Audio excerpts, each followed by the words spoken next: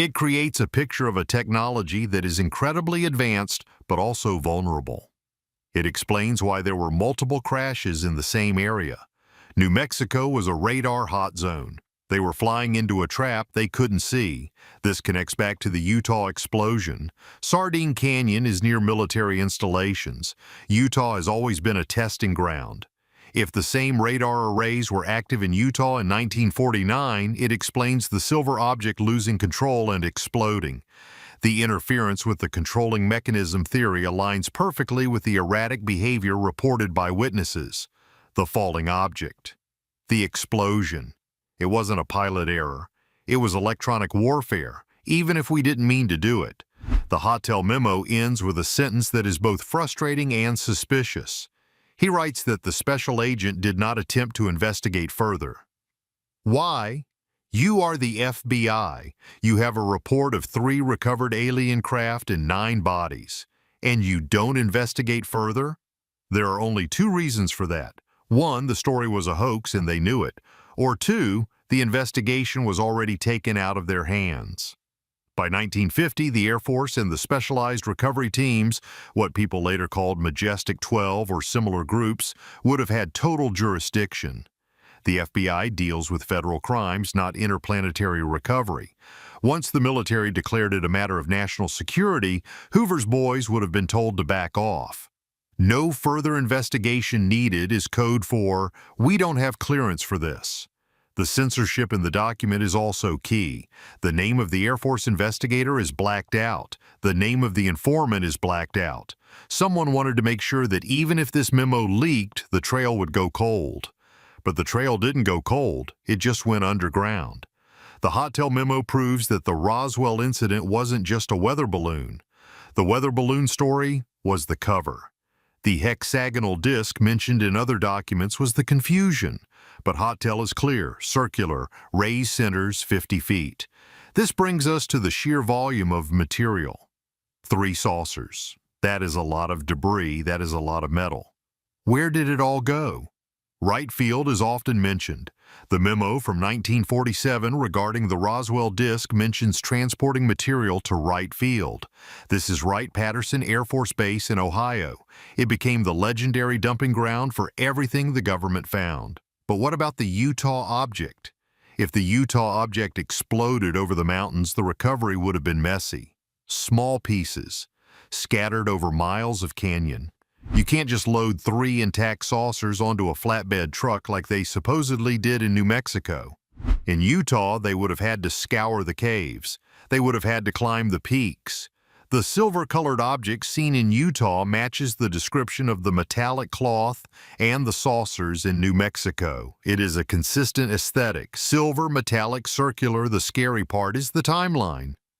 July 1947, Roswell. September 1947, Logan, Utah sightings. April 1949, Sardine Canyon explosion. March 1950, Hotel memo confirms recovery. This was a 3-year period of intense activity. It was an invasion or a visiting that went wrong. The government was scrambling, they were recovering bodies, they were recovering ships, and they were lying to the public every single day. The official line was swamp gas and balloons. But the internal memos, the ones meant for Hoover's eyes only, were talking about human-shaped bodies and high-powered radar. The disconnect between what they told us and what they wrote down is the real conspiracy. And that brings us back to the 1947 sightings in Logan. Because before the explosion in '49, the discs were watching the city. They were mapping the terrain before they fell. Balloons don't fly like that. To understand the explosion in the cave, we have to go back 2 years. September 1947, Logan, Utah. The FBI files reveal that numerous witnesses reported flying discs in formation. Now let's break that down. In formation. That implies intelligence. Birds fly in formation. Planes fly in formation. Rocks do not. Weather balloons definitely do not. Balloons drift with the wind. They separate. They are chaotic. But these discs were circling the city. They were holding a pattern, and they were doing it at a high rate of speed. This report was filed just months after the Roswell incident in July of '47. The entire country was suffering from flying saucer fever, but the FBI didn't dismiss the Logan witnesses as hysterical. They investigated, they took statements. Why? Because the witnesses were seeing the same thing reported in New Mexico. The connection to Roswell is unavoidable. In July 1947, the Roswell Army Airfield issued a press release that shocked the world. The intelligence officer of the 509th Bomb Group, the only atomic bomb group in the world at the time, stated they had gained possession of a disk. Let's pause on that. The most elite military unit on the planet, the guys trusted with the nukes, said they found a flying disk. They didn't say they found a balloon. They didn't say they found a Russian plane. They said disk. The headline screamed it. Flying disk captured by Air Force. For 24 hours, the truth was out. The government admitted it. They had the hardware. Then the phone rang. General Roger Ramey from Fort Worth ordered the debris flown to him. He held a press conference. He crouched down next to some tinfoil and sticks and told the press, "Sorry, folks, it was just a weather balloon." It is the most famous flip-flop in history. But the memos in the vault tell a different story about that day. Another memo from 1947 marked urgent was sent to the FBI director. It claimed that an object purporting to be a flying disc had been recovered near Roswell. This memo describes the object as hexagonal in shape. Hexagonal. Six-sided. Wait a minute. The Hotel memo said they were circular. This memo says hexagonal. Is this a contradiction, or is it a detail of the construction? Maybe the panels were hexagonal. Maybe the interior structure was a honeycomb. The memo continues. It says the disc was suspended from a balloon by a cable. This sounds like the cover story taking shape, but then comes the kicker. The memo notes that a telephone conversation between the Air Force and the field office had not borne out this belief. The text is censored, but the context implies that the balloon explanation was already falling apart internally. The FBI knew the Air Force was scrambling. They knew the weather balloon story was being fabricated in real time to calm the public. The disc and the balloon were being transported to Wright Field for further inspection. If it was just a weather balloon, why send it to Wright Field? Why the secrecy? Why the urgent cables? You throw a broken weather balloon in the trash. You don't ship it to the Center of Air Force Research. The hexagonal shape is interesting because it deviates from the standard saucer shape. It suggests variety. Or maybe it suggests components. Was the hexagonal piece a part of the larger circular craft described by Hotel, or was it a different type of probe? Back in Logan, Utah, the disks were circling. If the Roswell crash in July was the result of radar interference, maybe the surviving craft moved north. Maybe they relocated to Utah, where the mountains offered cover. The sighting in Logan in September '47 fits the timeline perfectly. Roswell happens in July. The survivors, or the search party, moved to Utah by September. They are seen circling the city, perhaps looking for a safe place to land or repair.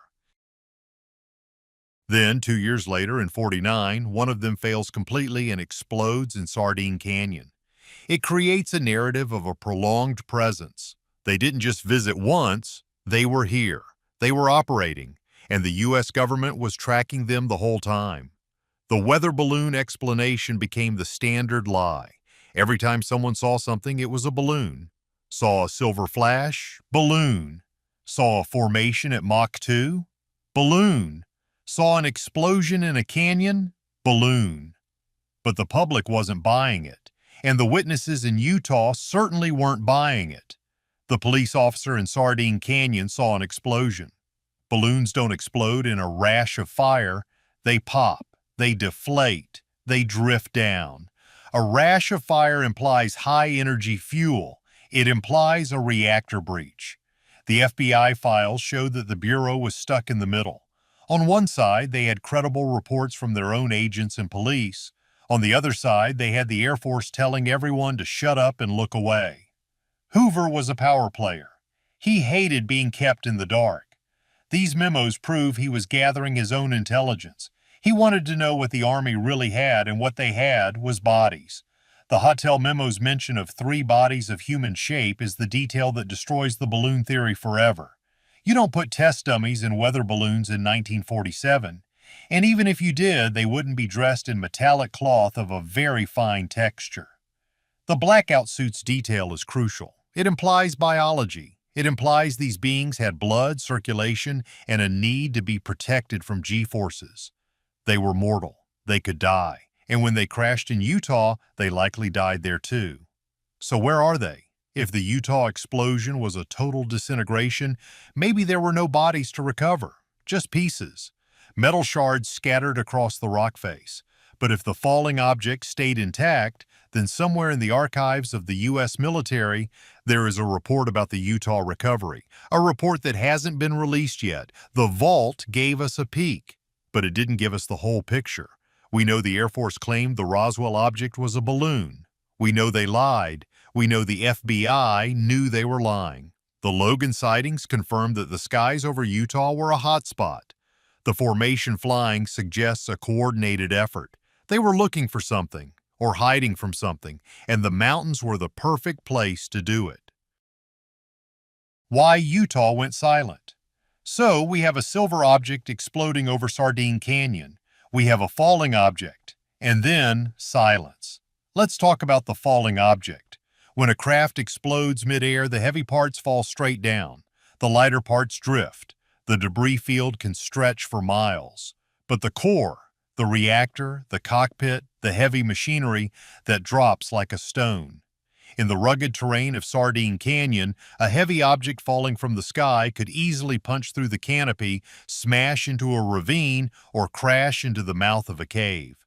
The user's prompt mentioned a metal disc found inside a cave.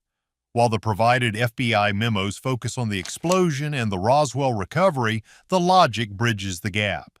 If you are a recovery team in 1949 and you find a piece of alien technology in a canyon, what do? You don't drag it down the main highway in broad daylight, not if you want to keep it a secret. You hide it. You stash it in a nearby cave until you can bring in the heavy trucks at night. You camouflage it. Or if the object actually crashed into a cave or a deep crevice, you might just seal the entrance. There are stories in Utah, local legends, about caves that were sealed up by the military in the late 40s. Hikers reporting armed guards on public land. Roads being closed for maintenance that never seemed to end. The FBI memo confirms the event that would require such a cleanup. Think about the logistics. If the Hotel memo is accurate and these things are 50 feet in diameter, you are dealing with a massive amount of material. But if the Utah object exploded, maybe it broke into manageable chunks. A piece of metallic cloth, a jagged shard of the hull, a control panel with handprints that only fit a 3-foot-tall being. The cover-up required more than just silence. It required active disinformation. The FBI files show that the military was very good at interfering with the narrative. The Hotel memo mentions the radar interfering with the saucers, but the government also interfered with the witnesses. The 3 men who saw the Utah explosion, the guard, the cop, the patrolman, they disappear from the historical record. We don't see interviews with them on the news. They didn't write books. Why? Because in 1949, if the FBI or the Air Force told you to keep your mouth shut, you did. You were a patriot. You didn't question the chain of command. They probably told these men they saw a prototype jet or a failed rocket test. National security, son, don't talk about it. And they didn't. But the physical evidence is harder to silence. The metallic cloth described in the New Mexico recovery is a key detail. It suggests nanotechnology or a weave of memory metal, materials that can repair themselves, materials that are light but stronger than steel.